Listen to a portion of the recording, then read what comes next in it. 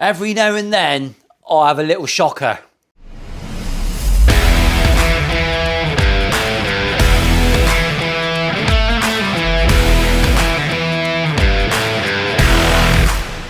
Battery exhausted, she says. I'm fucking exhausted.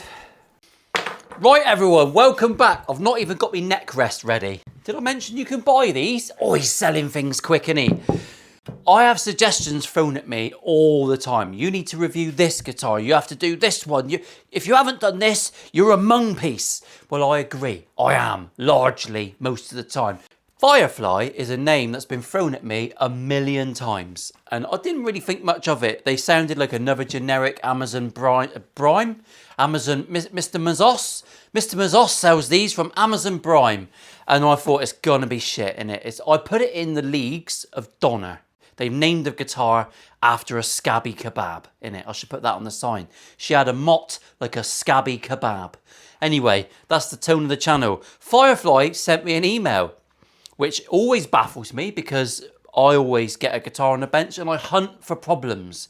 That's the difference between this channel and other channels. We're not afraid of the problems. We face up to them, and I'll show you how to fix minor indiscretions that really you should expect. You all know that by now. Firefly reached out. They said, do you want a guitar? I said, yeah, fuck it. Send it over, you mad bastards. And they sent it, and I unwrapped it, and well, I think this is 200 quid. I'm going to check. It's 219 quid. It's a purple horse pube finish, which is similar to what PRS do. I think they call theirs dog hair, innit? Fanny hair, whatever it is. Now, it's not a £1,000 Les Paul, so fucking calm yourselves down. Oh, my Les Paul studio would absolutely tickle its nips. I'm sure it would, mate. But this feels amazing. It's upper end for weight. And I do like a heftier Les Paul. It's one of the brands, I don't know why, we're weird, aren't we? We are weird. Actual musicians are even weirder. So it's 4 kilos, which is £9. Do you know what? £9 is lovely for a Les Paul. All of this cheeky little carving here. Dave, you're not doing a very good job. There are problems, all right, so I'm not wanking it off. I didn't need to do the handshake, did I? We'll do that handshake instead. It's got features that I think Les Pauls are missing. That carve is absolutely mustard. Honestly, Jean-Luc Picard, brilliant. I can reach around there all day long. It's got a sexy little volute, which is nicely rounded, which is how I do mine. I don't like a sharp volute. The tuners are non-branded, non-named Wannabunners, and like Grover-esque. We're at the £219 mark. So expectations should not be silly, all right? Out of the box, I always give them a cheeky tickle at home on the sofa, especially if Mrs. Richards is out. It's the only time I'm allowed to tickle other things. Yeah, boy. And this thing just lifted my spirits. It's got a nice matte headstock. It's very Gibson-esque. That's about as close to the open book headstock. It's more cathedral. Cathedral City, which is a particularly nice cheese in the UK. Comment below if you've got that in other parts of the world, because I don't get further than 20 miles from my house very often. But I am going to Denver in July, as long as the war don't fucking stop. You can't say war. You can't say W-A-R. YouTube's wank, innit? Why do you bleat out words? If I call someone a nonce, my video won't get shared. So make sure you all share it. Now, let's have a little look how it was out the box, because I've not touched it. I've just given it a tickle, and it was very good. We'll get out the high quality, not straight edge. Don't buy a shit one. I say that every week. So naturally, it's a Gibson scale length, and I've got a monumental amount of relief. When I say monumental, it's about that much, all right? And the finish on this is lovely. It's very purple. It's like phallic purple, we'll call it, which I really like. And the fret ends are semi-ball, nicely away from the binding, so there's no hitcheroonies. Let's have a little look at what sort of action we've got at the nut. So the nut's cut too high at about 0.75. It's got the safety setup. We know all about that. I've got 1.9 at the low E. I've got 1.8 at the high E. So we're a little bit high. If I straighten the neck out, at the minute, I can tell you, because I've been playing it at home, it plays fine. The action's a little bit high for me. It's going to be a little bit high for you. But if you got this out of the box, this is one of those ones where People comment, oh, I got this, and out of the box it was perfect. Well, if you're used to buying cheaper guitars because they're very rarely that good, you would unpack that and think it's perfect. You would. I'm here to tell you it could be a little bit better. There is more scratch in those fucking frets than the average chicken coop. Is that a shit analogy? Yup!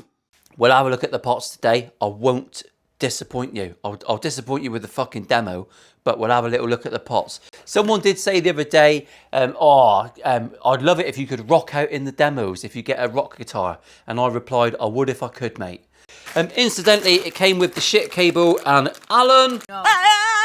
There he is. Calm yourselves down. I always say it's a shit cable. I mean, it might be fine. For a beginner, it might be fine. Let's not slag off the cables anymore, guys. Cables have feelings. Epstein might have been glad of that cunt when he was on his knees in his fucking cell. Might have got the job done quicker. He definitely did it himself. Not if you've seen the size of the fucker's cell, mate. We're digressing. I'm not a conspiracy guy, but I do enjoy the story. I do. Lovely fun, isn't it? And that fucker had it coming, didn't he?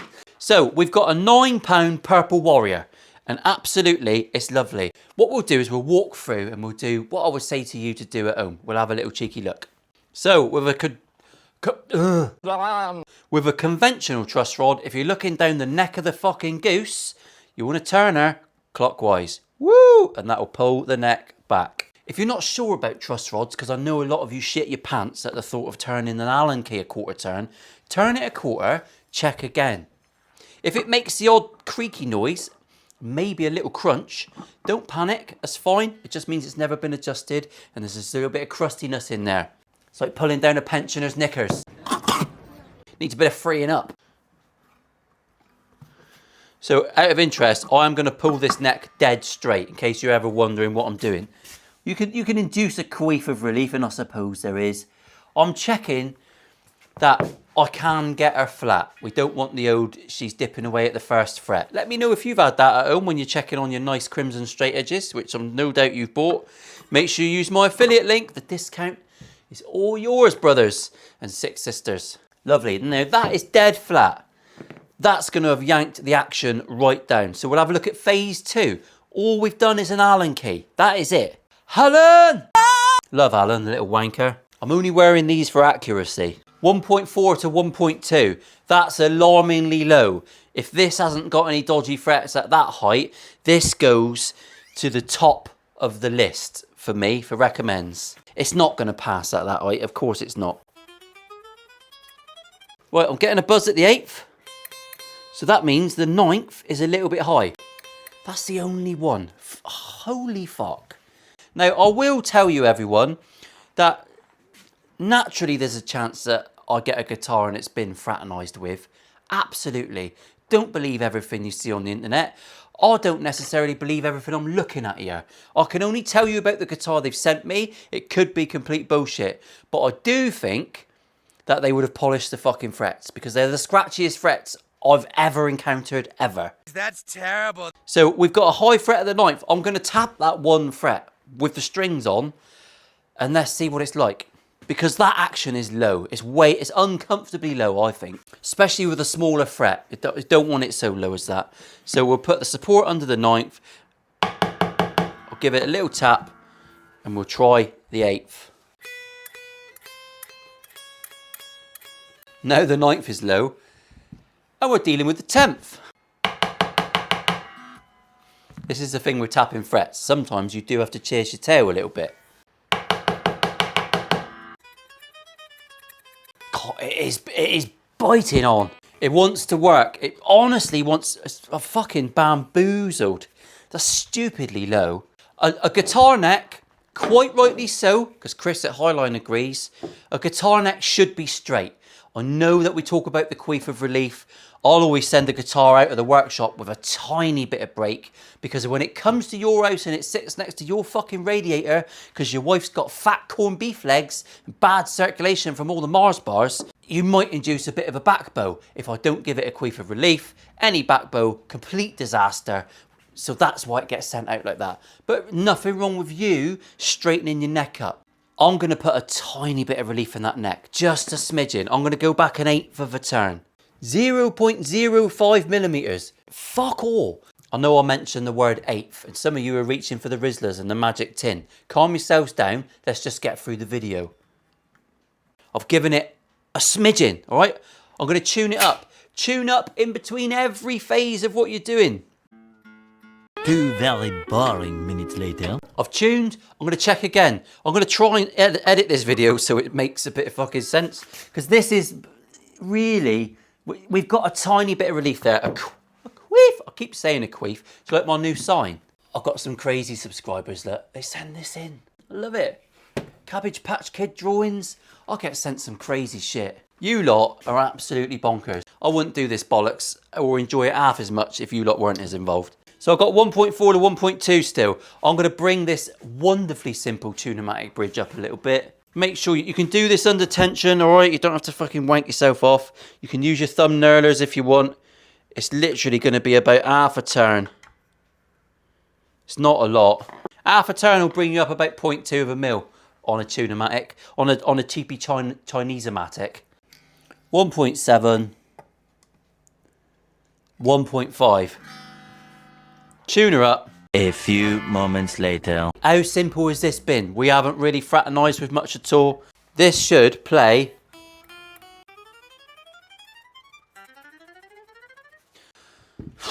Wow. So I've tapped 2 frets with the strings on.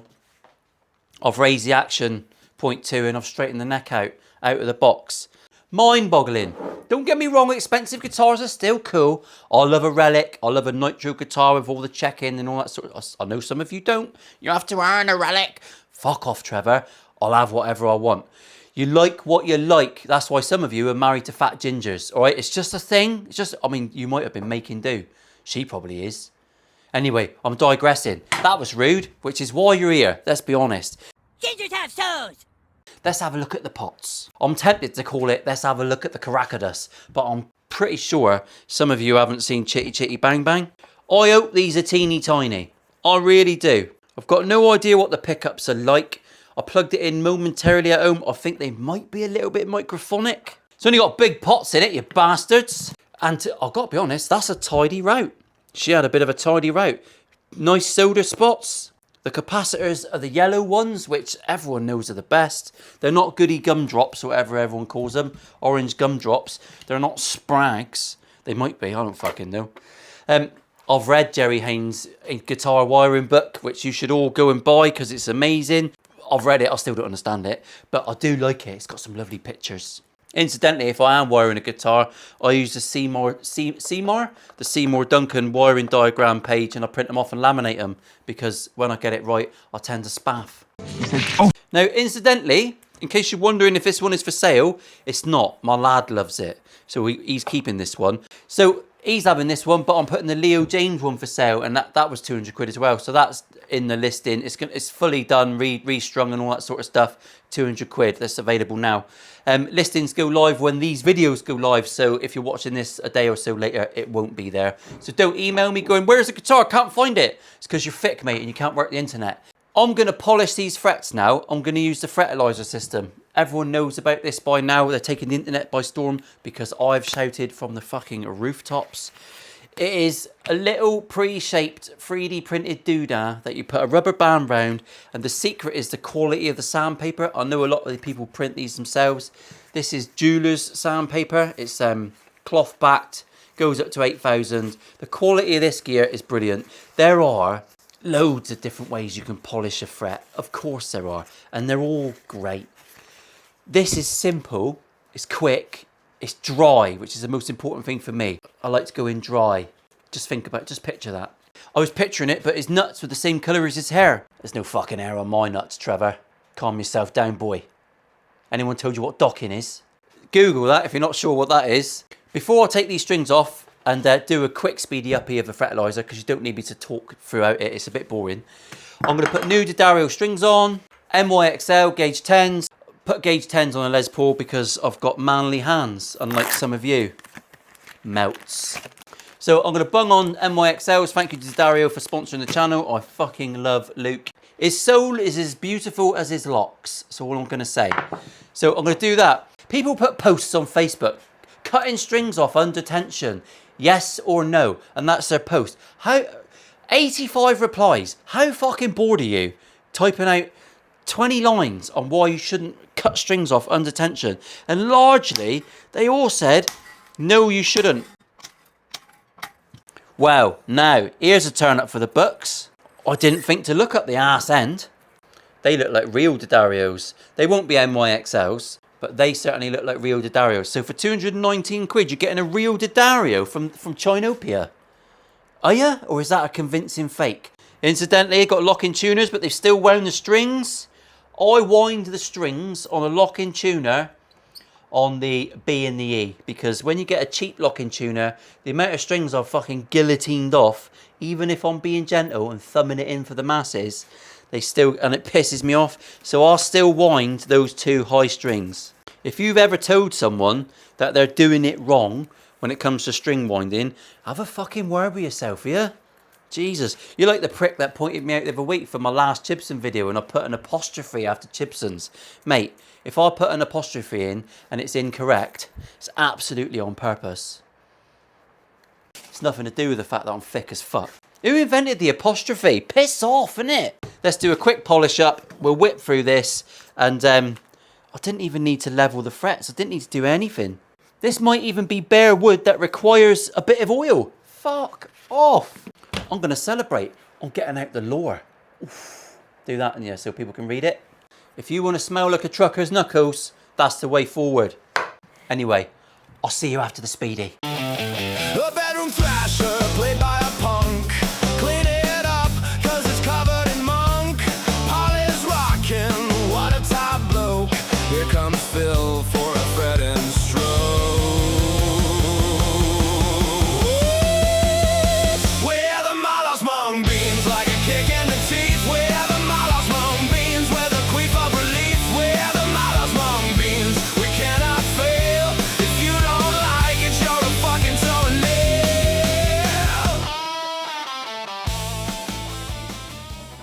Right, so I've restrung it. I gave it a chance and I just used the lock-in mechanism on the tuners for the two high strings. And the B string, it just fucking would not hold it. So the tuners, wind your two high strings. Don't, no one will think less of you. It's fine. I've just checked online. This is a rosewood fretboard. It's very, very dark. It comes off with, I thought they might have been using a bit of Purple Heart or something like that, which I've seen on some other cheap stuff. Didn't know what was going on in the Isles of Asia, but they had some Purple Heart going on. These are apparently stainless steel ball ends. They're not really a ball end, but they weren't a ball ache. There's a couple little marks on them, a couple dings here and there. They're not perfect, but they've polished up fine. I'm not even going to mark it down for that, to be honest. So the last thing I'm going to do, because I want to send her off in style, I am going to just knock the nut down. Now, I measured earlier on, and the nut is, just really quickly, 0.83. That is a little, really 0.6 to 0.4 is just the perfect middle ground. You can absolutely go lower, but if you're an heavy-handed bastard, you don't want to go lower than that, really. You'll start getting a bit of buzziness. But I'm going to knock it down. These are Crimson's nut files. I've just checked online. They are £62 plus delivery.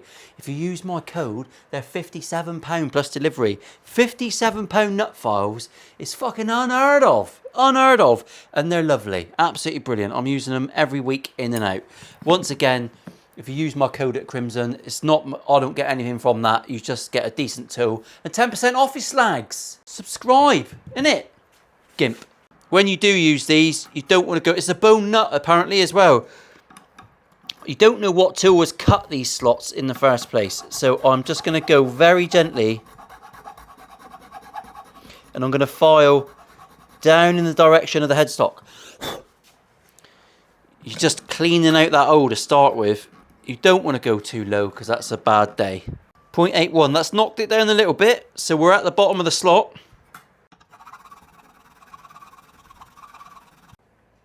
There, and I'm at 0.6. I'm not going to go any lower than that because I know that my boy is a heavy-handed mung piece. That's fine. 0.6, 0.6, 0.5, 0.5, 0.4, 0.4. I'm going to get that done and then we'll go out the way. Just so you know, because I have found the CNC layout a bit dubious on some of these guitars. Bang on.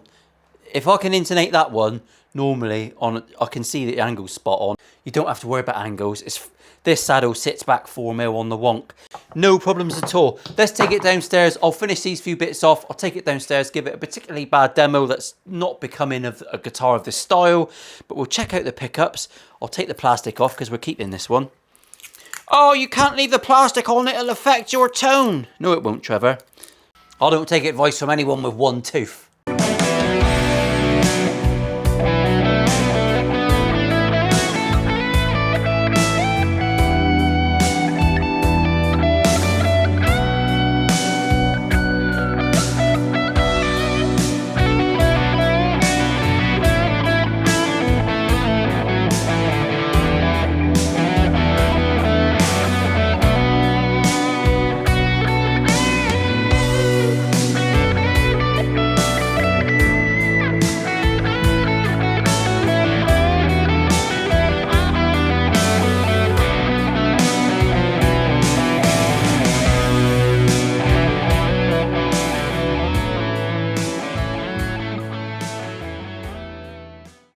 The biggest shock of the year so far. What are we on? I'm actually filming this just days before it goes out, which is rare. April the 10th. I'm going to use a new classification from now on, and I'm nicking it from Tom Gilby on YouTube, the wine review guy. If you've not watched Tom, even if you're not into wine, fucking watch his channel. It's absolutely brilliant. He's a wondrous fella. He has basically got class, pass, or ass. Come again?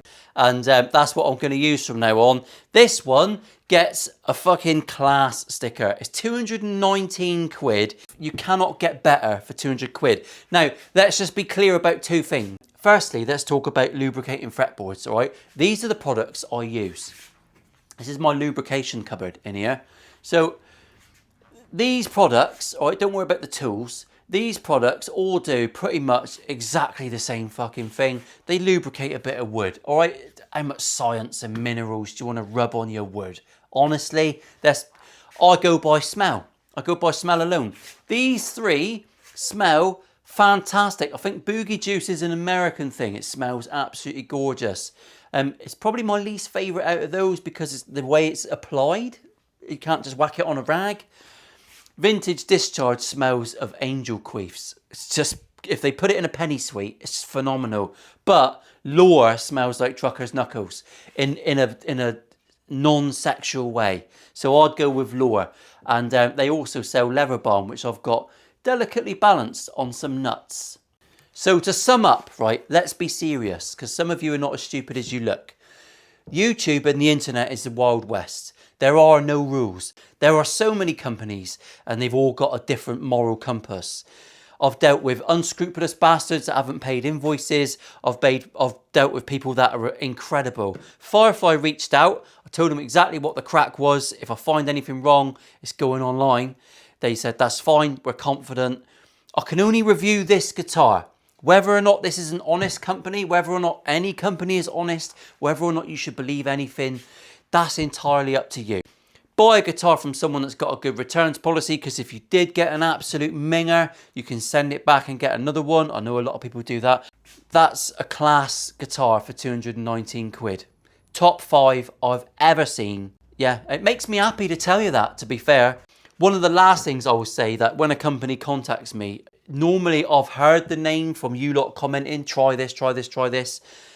Very, very rarely do I see anything bad on the internet written about Firefly, which is why I did this one. So that's a serious ending. Fuck you all to the moon and back. Special wave, and make sure you show everyone some love. That's what you should do today. Go and show someone some love. Do something for other people. Makes you feel better. It's a bit selfish really, but they don't need to know that.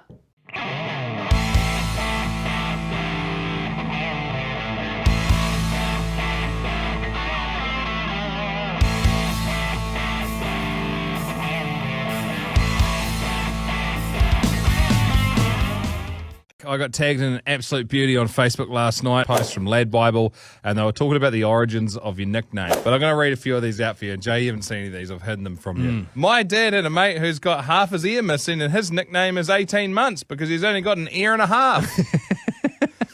Mark O'Brien writes, worked in a factory and there was this guy called Keith there. Took me ages to realise that his real name was Keith, but he had an eye missing.